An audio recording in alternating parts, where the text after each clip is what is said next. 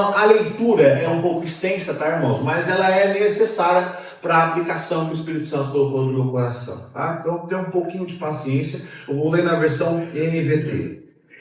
Lucas, capítulo 23, versos de 1 ao 43, ou 1 em diante, diz o seguinte: Então, todo o conselho levou Jesus a Pilatos. Começaram a apresentar o caso. Este homem corrompe o nosso povo, dizendo que não se deve pagar impostos ao governo romano, e afirmando ser ele o próprio Cristo, o rei. Então Pilatos lhe perguntou: Você é o rei dos judeus? Jesus respondeu: É como você diz. Pilatos se voltou para os principais sacerdotes e para a multidão e disse: Não vejo crime algum neste homem. Mas eles insistiam. Ele provoca revoltas em toda a Judéia com seus ensinamentos, começando pela Galiléia e agora aqui em Jerusalém. Então, ele é galileu? Perguntou Pilatos. Quando responderam que sim, Pilatos o enviou a Herodes Antipas, pois a Galiléia ficava sob a jurisdição, e naqueles dias ele estava em Jerusalém. Herodes se animou com a oportunidade de ver Jesus, pois tinha ouvido falar a seu respeito e esperava havia tempo vê-lo realizar algum milagre. Fez uma série de perguntas a Jesus, mas ele não lhe respondeu. Enquanto isso, os principais sacerdotes e mestres da lei permaneciam ali, gritando acusações. Então Herodes e seus soldados começaram a zombar de Jesus e ridicularizá-lo. Por fim, vestiram nele um manto real e o mandaram de volta a Pilatos. Naquele dia, Herodes e Pilatos, que eram inimigos, tornaram-se amigos. Então Pilatos reuniu os principais sacerdotes e outros líderes religiosos, juntamente com o povo, e anunciou seu veredito. Vocês me trouxeram este homem acusando-o de liderar uma revolta? Eu o interroguei minuciosamente a esse respeito na presença de vocês e vejo que não há nada que o condene. Herodes chegou à mesma conclusão e o enviou de volta a nós. Nada do que ele fez merece a pena de morte. Portanto, ordenei que seja açoitado e o soltarei. Era necessário libertar-lhes um prisioneiro durante a festa da Páscoa. Um grande clamor se levantou da multidão, e a uma só voz gritavam: Mate-o! Solte-nos Barrabás! Esse Barrabás estava preso por ter participado de uma revolta em Jerusalém contra o governo e ter cometido assassinato. Pilatos discutiu com eles, pois desejava soltar Jesus. Eles, porém, continuavam gritando: Crucifique-o! Crucifique-o! Pela terceira vez, ele perguntou: Por quê? Que crime ele cometeu? Não encontrei motivo para condená-lo à morte. Portanto, ordenarei que seja açoitado e o soltarei. A multidão gritava cada vez mais alto, exigindo que Jesus fosse crucificado, e seu clamor prevaleceu. Então Pilatos condenou Jesus à morte conforme exigido. A pedido deles, libertou Barrabás, o homem preso por revolta e assassinato. Depois entregou-lhes Jesus para fazerem com ele o que quisessem. Enquanto levavam Jesus, um homem chamado Simão de Cirene vinha do campo.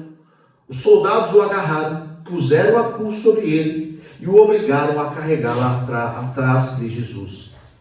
Uma grande multidão o seguia, incluindo muitas mulheres aflitas que choravam por ele. Mas Jesus, dirigindo-se a elas, disse: Filhas de Jerusalém, não chorem por mim, chorem por si mesmas e por seus filhos, pois estão chegando os dias em que dirão: felizes as mulheres que nunca tiveram filhos, e os seios que nunca amamentaram. Suplicaram aos montes: caiam sobre nós, e pedirão às colinas: soterrem-nos. Pois se fazem estas coisas com a árvore verde, o que acontecerá com a árvore seca?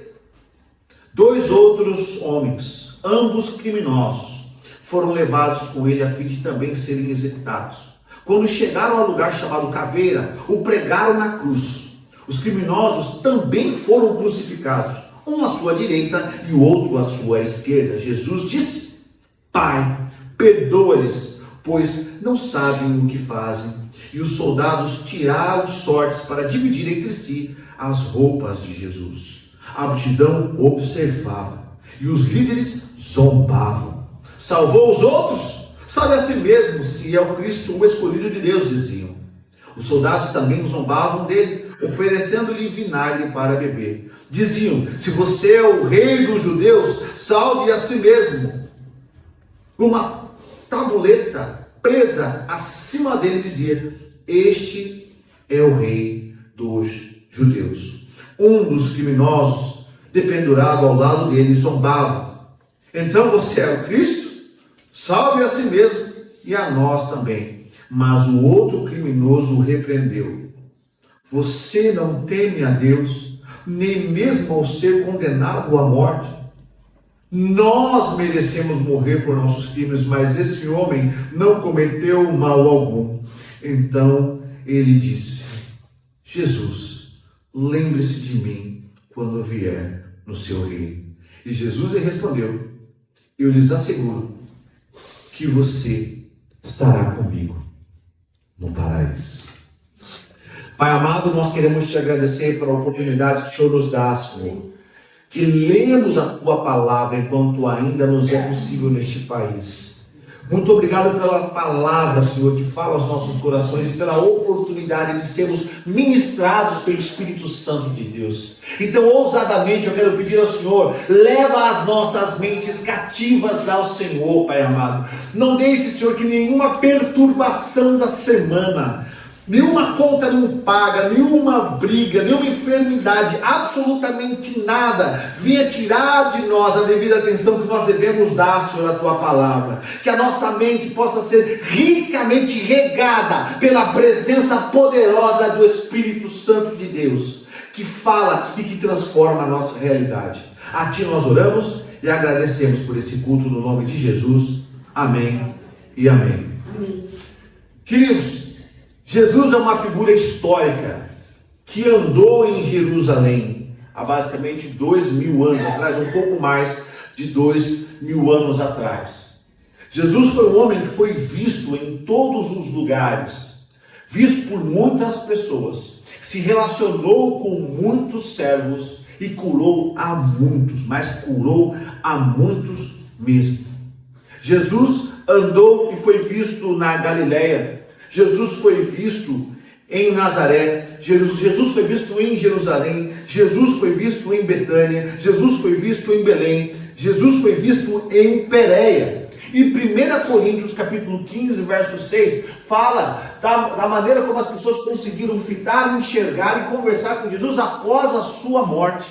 Então em 1 Coríntios capítulo 15, verso 6 diz o seguinte, depois foi visto uma vez por mais de 500 irmãos, dos quais o apóstolo Paulo registra: vive ainda hoje a maior parte deles. Jesus foi visto por muitas pessoas. Muitas pessoas entenderam quem ele era, outros não. Mas a pergunta que eu quero te fazer é: com que olhar você tem fitado Jesus?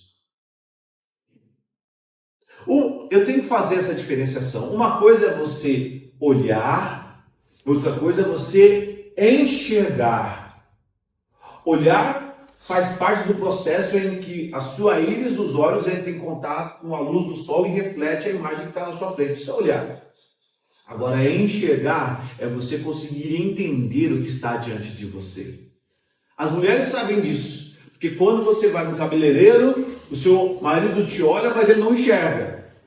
Eu fico suando frio, falando: o que ela fez, Jesus Cristo? Será que foi o cabelo? Será que foi a sobrancelha? O que ela fez para eu poder elogiar? Para eu falar que eu enxerguei, que eu notei ela do meu lado. E a gente sabe que isso é difícil, porque nós vivemos numa sociedade onde as pessoas elas são olhadas, mas as pessoas elas não são enxergadas como elas são. Porque enxergar é você conhecer quem a pessoa é, saber quem ela é, saber.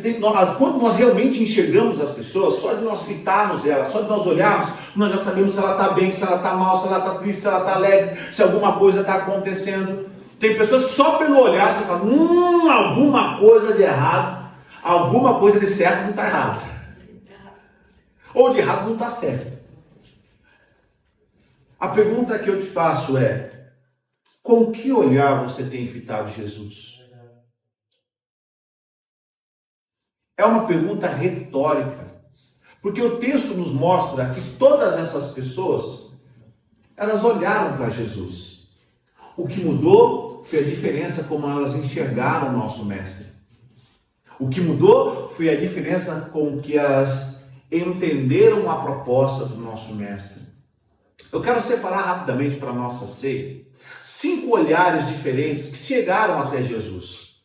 Lembre-se, todas essas pessoas tiveram convívio com Jesus, ouviram ele falar, ouviram ele pregar. Todas essas pessoas foram ministradas e algumas delas até curadas por Jesus. Mas nessa multidão de pessoas que se relacionaram com ele, o que mudou foi o olhar, a maneira como essas pessoas enxergaram Jesus. Quero que você deixe a sua Bíblia aberta, porque a gente vai falar, porque talvez dentro desses olhares nós encontremos o nosso. Seja ele um olhar puro ou um olhar não tão puro assim, mas eu tenho certeza, eu fui ministrado por esse texto porque a minha vida é uma vida como a dos irmãos. Nós como seres humanos, nós mudamos muitas vezes o nosso olhar sobre nós mesmos, sobre as pessoas que estão ao nosso redor, e na grande maioria das vezes, nem sempre é o mesmo. Então, vou te fazer a pergunta de novo. Com que olhar você tem fitado Jesus? Bem, o texto mostra alguns olhares, e o primeiro olhar com que olham para Jesus é o olhar religioso. Dá uma olhadinha aí no versos de 1 a 5, que diz o seguinte, ó. Então, todo o conselho levou Jesus a Pilatos. O conselho aqui era o Sinédrio, eram os principais líderes da sinagoga judaica da época. Fariseus, saduceus, jebuseus, estava tudo envolvido dentro do mesmo pacote, os líderes. Então, quando eu falo conselho, eu quero que você pense nesses mestres religiosos, ok? Então, então todo o conselho levou Jesus a Pilatos. Começaram a apresentar o caso.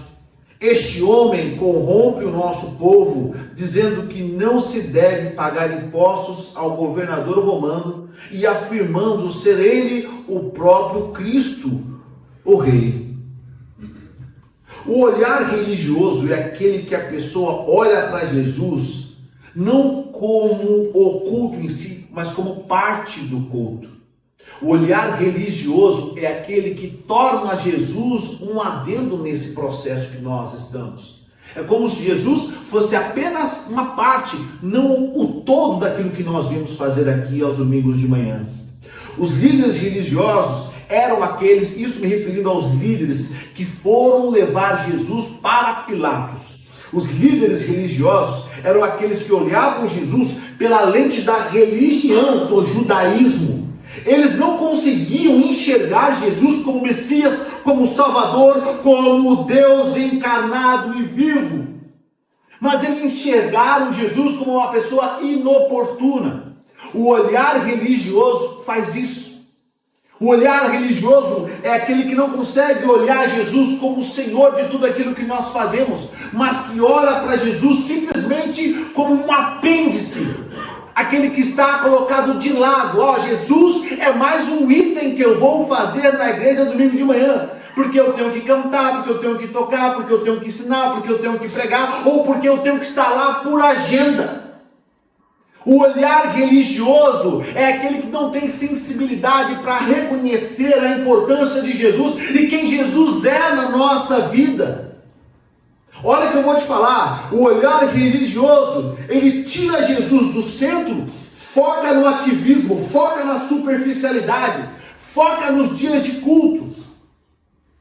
O olhar religioso olha para Jesus e não consegue enxergar a essência da sua soberania ou do seu senhorio. Olha só que interessante, nós tínhamos aqui os principais líderes de Jerusalém, aqueles que mais liam o Antigo Testamento, ou que nós chamamos de a Torá, ou as Escrituras, ou o Talmudim. Eram as pessoas responsáveis por serem elas a indicar o Messias. Pelo estudo da palavra, pelo estudo das Escrituras, nós sabemos que Jesus é o Messias. Mas eles estavam tão ativistas, eles estavam frequentando a igreja, ou frequentavam realmente o sinédrio só por frequentar, com seus interesses pessoais, de tal forma, que quando o Messias veio, eles não conseguiram olhar e enxergar Jesus.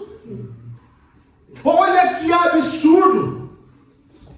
O olhar religioso é esse que às vezes pode tomar conta do meu e do seu coração. E infelizmente eu vou ter que falar mal do meu ofício agora, eu vou ter que falar mal do pastorado, sabe por quê? Porque o olhar religioso é o que está tomando conta das igrejas hoje em dia, sabe por quê? Porque às vezes pregar Jesus, só Jesus e nada mais do que Jesus é ruim para os business. Sabe por quê? Porque tem pastores que gostam de falar que são eles que curam. Tem pastores que gostam de falar que sou eu que restauro, sou eu que boto a mão, sou eu que dou a bênção. Quantas pessoas já não ouviram de líderes religiosos e pastores, ó, se você sair da minha igreja, eu não vou te abençoar. As pessoas fazem isso porque elas já estão, o olhar delas, a visão delas já está embebedada pela religião. Esses homens, eles estavam com inveja de Jesus. Jesus, como eu falei, estava ruim para os business. Por que Jesus estava ruim para os negócios da religião deles? Eles estavam perdendo a autoridade diante do povo judaico. Eles estavam perdendo a notoriedade diante do povo judaico. Eles estavam perdendo até o destaque diante do povo judaico. As pessoas não iam, não queriam, não gritavam mais atrás da liderança judaica. Eles queriam Jesus. Mas o olhar religioso é aquele que se incomoda com a presença do mestre. O olhar religioso é aquele que coloca Jesus em segunda instância. Nós temos que tomar cuidado, porque o nosso olhar pode ser contaminado pelo olhar religioso. E a gente pode vir para a igreja deixando de entender, não só com a nossa mente, mas com o nosso coração, o que nós estamos vindo fazer aqui. A gente não pode deixar que esse tipo de ótica, que esse tipo de visão tome conta da Igreja Batista Redenção. Nós precisamos entender aqui que a gente sai de casa todos os dias, nós nos dedicamos todos os dias porque Jesus, ele não é um apêndice, ele não está sendo colocado de lado, ele não é ruim para os meus negócios, muito pelo contrário. Jesus é tudo que eu tenho, é tudo que nós temos. Amém. Então a gente tem que tomar cuidado para não ter esse tipo, olhar Jesus e enxergá-lo de maneira religiosa.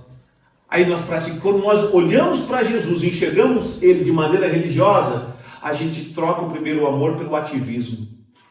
Eu não frequento porque eu amo, eu frequento porque eu tenho que estar lá. Eu não participo porque eu sei que a minha participação acrescenta ao corpo, cujo Cristo é o cabeça. Eu não vou participar porque se eu não for, os líderes vão pegar no meu pé. Pastor João vai mandar mensagem, mas você não foi de novo no culto? Que a gente possa se esquivar desse olhar religioso. Olhar que os homens, que os líderes judaicos olharam para Jesus e não conseguiram. E esse é o perigo do olhar religioso. É você não conseguir identificar o que Cristo está fazendo na sua vida. Eles não conseguiram identificar a cura, a restauração e as bênçãos que estavam dando no meio do povo, porque o olhar deles é um olhar religioso. O segundo olhar é o olhar descomprometido. Onde está isso? Dá uma olhadinha lá, a Bíblia aberta. Versos 6 e 7. Pilatos respondendo para os líderes religiosos. Então ele é galileu? Perguntou Pilatos. Quando responderam que sim, Pilatos o enviou a Herodes Antipas, pois a Galileia ficava sob sua jurisdição. E naqueles dias ele estava em Jerusalém. Olha só que interessante. Pôncio Pilatos assumiu a regência da Judeia em 26 depois de Cristo, mais ou menos. Naquela época ele tinha o senhorio sobre toda a região. E quando você vê lá o Herodes, ele era um dos tetrarcas. Por quê? Porque ele dominava uma das 4 partes. Então ele tinha responsabilidade só sobre uma pequena jurisdição, Herodes. Pilatos tinha governo, soberania sobre toda a Jerusalém, não só sobre uma parte. Mas no momento em que foi exigida uma postura de Pilatos, ele olhou para Jesus com um olhar descomprometido. Sabe o que ele falou? Ele é da Galileia? O problema não é meu. Manda ele para a Galileia. Manda ele para lá. Quantas vezes nós também não temos esse olhar descomprometido com Jesus? Quantas vezes nós não olhamos para o nosso Cristo, nós não entendemos que a causa de Cristo é a nossa causa. Que os desejos de Cristo devem ser os nossos desejos. Bem, Pilatos resolve se esquivar de um problema. Afinal de contas, ele tinha 2 intenções. A primeira é que quando um governador era mandado para a Judéia, na verdade era sinal de que ele não tinha um bom trabalho, uma boa reputação, uma vez que a Judéia era um dos piores lugares naquela época para você dominar ou para governar. Sabe por quê? Porque o povo judeu era o mais rebelde do mundo. Quando você pega toda a história de toda a antiguidade, de todos os povos dominados, seja por Roma, seja na época de Alexandre o Grande, na Grécia, ou seja pelo Império Assírio, ou pelo Império Babilônico, você sabe qual é o povo que sempre deu mais trabalho? O povo judeu. Então, quando Pilatos é enviado para lá, com certeza ele foi enviado por Tibério César, que era o rei César da época, e falou assim: você está me dando trabalho aqui, então vou te mandar para lá. Você vai para Diadema. Brincadeira. Dê aula lá. Não, morei lá, gente, brincadeira. Você vai para Jerusalém, porque lá está cheio de gente revoltada. E aí nesse entremeio, nesse entreveio, quando a responsabilidade chega nas mãos de Pilatos, sabe o que ele faz? De maneira descomprometida, ele se esquiva. Você é de lá? Você é da Galileia? Então, por favor, leve ele daqui. O problema não é meu. O envolvimento não é meu. A proposta de solução, a estratégia para solucionar, não cabe a mim. O olhar de Pilatos para Jesus foi de total descomprometimento. E a gente precisa entender que às vezes nós fazemos isso com o nosso Senhor. Quando nós achamos de que o reino é uma responsabilidade de terceiros, e não é assim. A igreja, ela precisa correr, andar, se locomover como um corpo. Quem é o cabeça? Cristo. Nós somos o corpo, então precisamos estar unidos.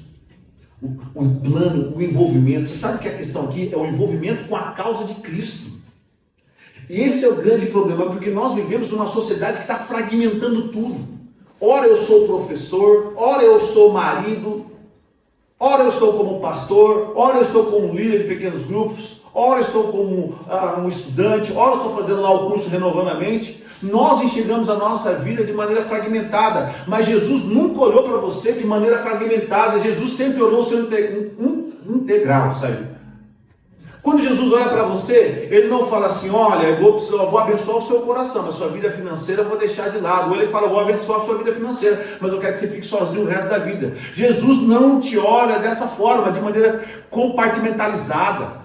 Jesus te olha como um todo. Ele tem bons desejos para você de todas as formas. Ele quer te abençoar na vida financeira, na vida espiritual, na vida sentimental, na vida profissional. Jesus te olha com extremo comprometimento. E foi o que ele fez quando ele veio para cá, morreu no meu lugar, no seu lugar. E eu não posso ser essa pessoa de tamanho contraste. Embora o ser humano ele é contraditório. Eu sei que eu sou contraditório. Ora eu estou fervendo na fé, ora eu estou desanimado. Ora eu falo: eu vou levantar e vou fazer todos os devocionais. Tem dia que eu não pego na Bíblia. Isso faz parte da natureza humana, porque nós somos assim, falhos, caídos, titubeantes, claudicantes, faz parte. Mas nós não podemos achar que isso é normal, uma vez que nós precisamos lutar contra a nossa carne e mostrar para o mestre: eu sou comprometido com a sua causa.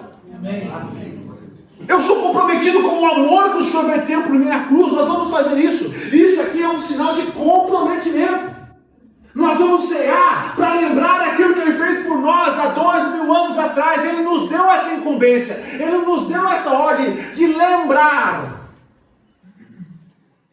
Então isso aqui serve para mim, em primeiro lugar, como pastor. Com qual olhar eu tenho fitado Jesus? Será que eu estou descomprometido demais?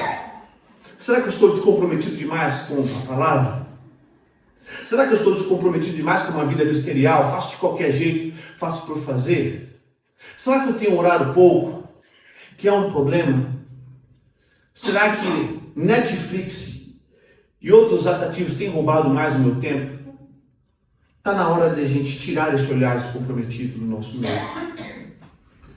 E está na hora da gente se compadecer, abraçar a causa de Cristo. Amém? Amém. Terceiro olhar é o olhar curioso. Dá uma olhadinha lá no verso 8. Agora a gente já está lá em Herodes. Olha só. Herodes se animou com a oportunidade de ver Jesus, pois tinha ouvido falar a seu respeito e esperava havia tempo, você podia grifar essa parte, ó, vê-lo realizar algum milagre. Herodes Antípater, o apelido dele era Herodes Antipas. Ele tornou-se, como eu falei, um dos tetrarcas da Galileia, com jurisdição perto da Pérea também.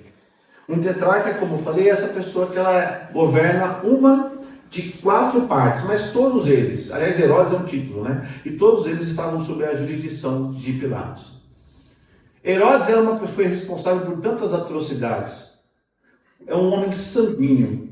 Era uma pessoa que não tinha nenhum tipo de afeição, a não ser o desejo de permanecer no trono. Tanto é que quando vem a profecia de que um rei vai nascer, sabe o que acontece? Manda matar as crianças.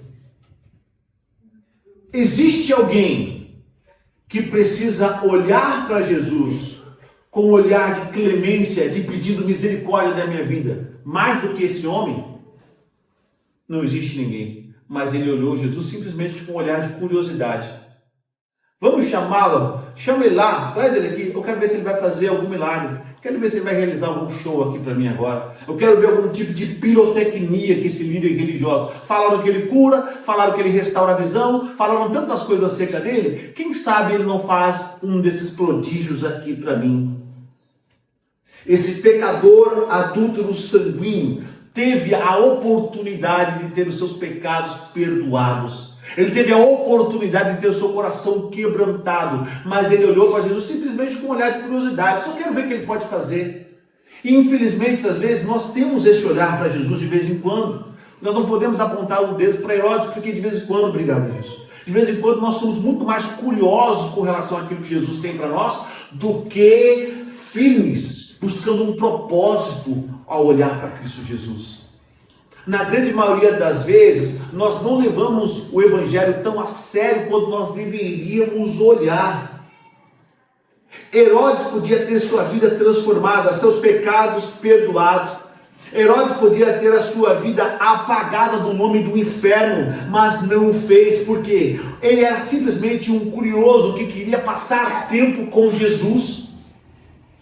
O olhar curioso dele é simplesmente: eu quero ver algo sobrenatural. E quantas vezes nós não frequentamos as igrejas e queremos ver algo sobrenatural acontecendo? Quantas vezes aliás, eu vejo todos os dias algo sobrenatural aqui nessa igreja quando eu olho para vocês. Pessoas que poderiam estar dormindo, pessoas que poderiam estar em casa fazendo qualquer outra coisa, cansadas por causa de uma semana carregada, semana pesada, tomando bronca do patrão e tantas coisas acontecendo, mas você resolve acordar de manhã e vir aqui cultuar. Isso é milagre. Esse é o milagre que eu quero ver, de pessoas orando, de pessoas jejuando, de pessoas buscando o reino de Deus. É esse o milagre que eu quero ver. Eu não quero ver pirotecnia. E nós precisamos tomar cuidado por isso, para que esse olhar simplesmente curioso não venha dominar o nosso coração. Quantas pessoas não ficam, principalmente, eu não quero falar mal, mas eu tenho que fazer, no meio neopentecostal? Quantas histórias nós tivemos no passado? Naquela igreja tem gente orando, sabe o que está acontecendo lá? O Deus está ficando dente de ouro. Tem alguém aqui dessa época que orava e via dente de ouro? Aqui, ó.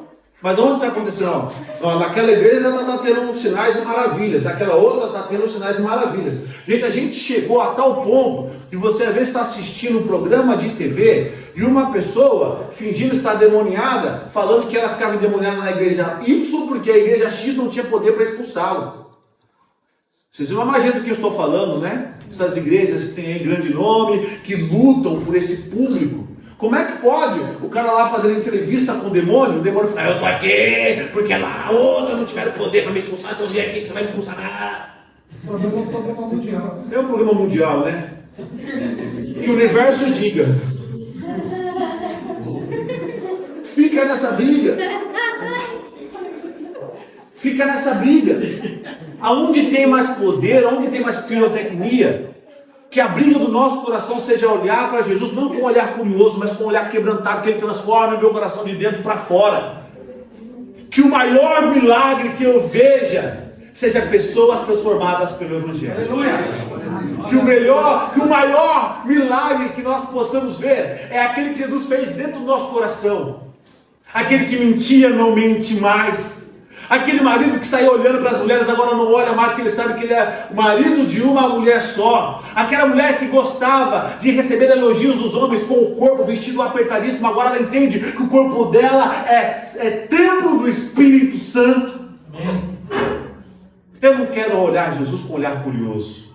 Eu quero olhar Jesus com um olhar quebrantado. Que a gente vai falar daqui a pouquinho.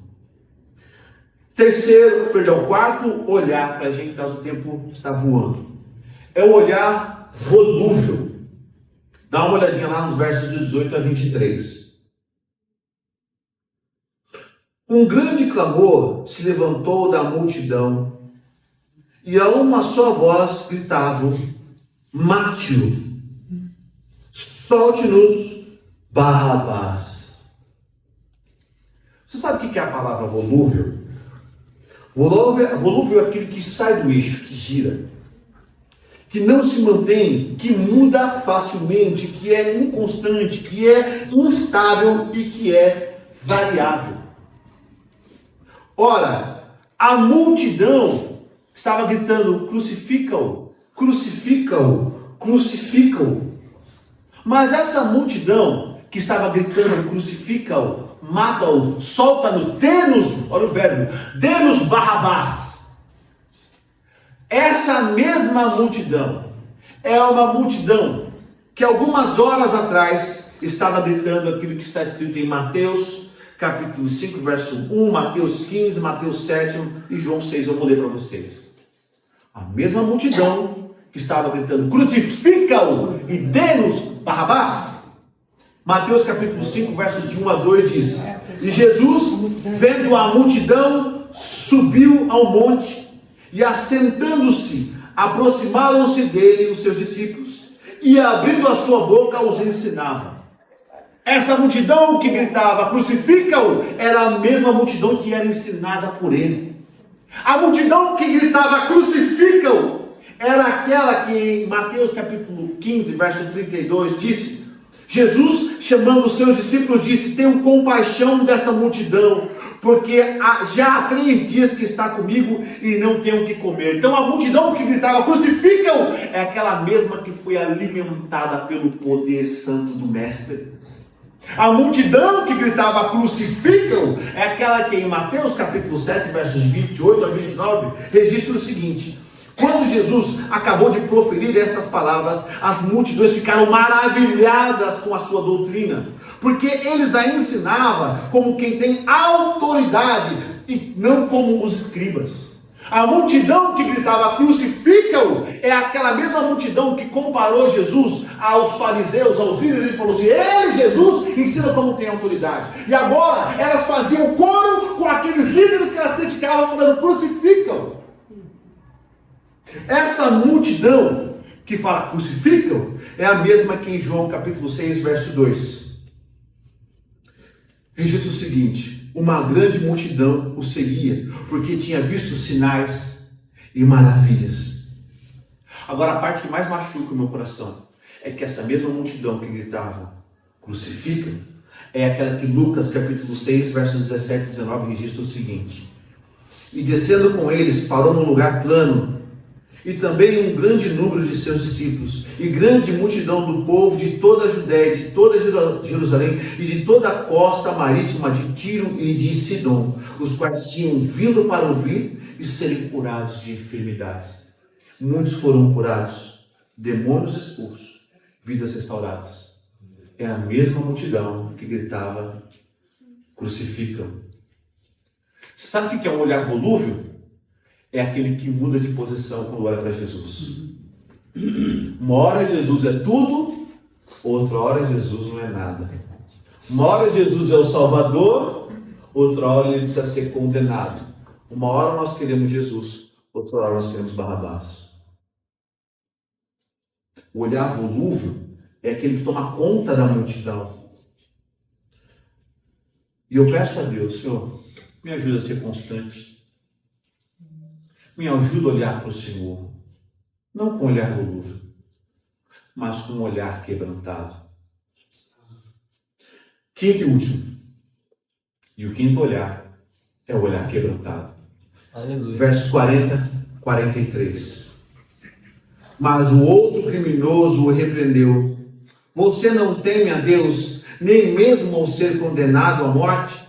Nós merecemos morrer por nossos crimes, mas este homem não cometeu mal algum. Então ele disse: Jesus, lembre-se de mim quando vier no seu reino. E Jesus respondeu: eu lhes asseguro que você hoje mesmo estará comigo no paraíso. O ladrão da cruz, eu quero que você pense nisso. Um homem que viveu coisas ruins, envolvido com influências ruins, no último momento da sua vida, já cumprindo a sentença, porque ele já estava cumprindo a sentença, estava crucificado. Esse homem olha para Jesus e ele protagoniza uma das conversões mais poderosas do Novo Testamento. Ele chega a Jesus em contraste com a sua própria vida e com a sua própria miséria. Olha que interessante. Ele enxerga Jesus santo, enquanto ele é pecador. Ele enxerga Jesus rei, enquanto ele era escravo da sua própria carne. Ele enxerga Jesus misericordioso, enquanto ele nunca exerceu e não exercia misericórdia, porque ele estava lá preso e certamente infringiu o direito de alguém. Ele enxergava Jesus como alguém digno de depositar confiança, enquanto ele não era digno de confiança alguma. Ele enxergava Jesus digno de se responsabilizar pela sua própria alma, a tal ponto dele falar assim: ó Senhor, lembra-te de mim quando entrares no teu reino. Ele sabia que Jesus não ia descer da cruz. Então quando ele fala lembra-te de mim quando entrares no teu reino, ele está falando pós-morte. Então esse ladrão acreditou que Jesus era Senhor da vida e da morte. Olha que olhar esse homem teve para Jesus. Ele enxergou Jesus com um olhar tão quebrantado que os conectou para sempre. Porque a partir daquele olhar, eles estariam para sempre juntos no paraíso. Aleluia. Eu quero pedir para você ficar de pé.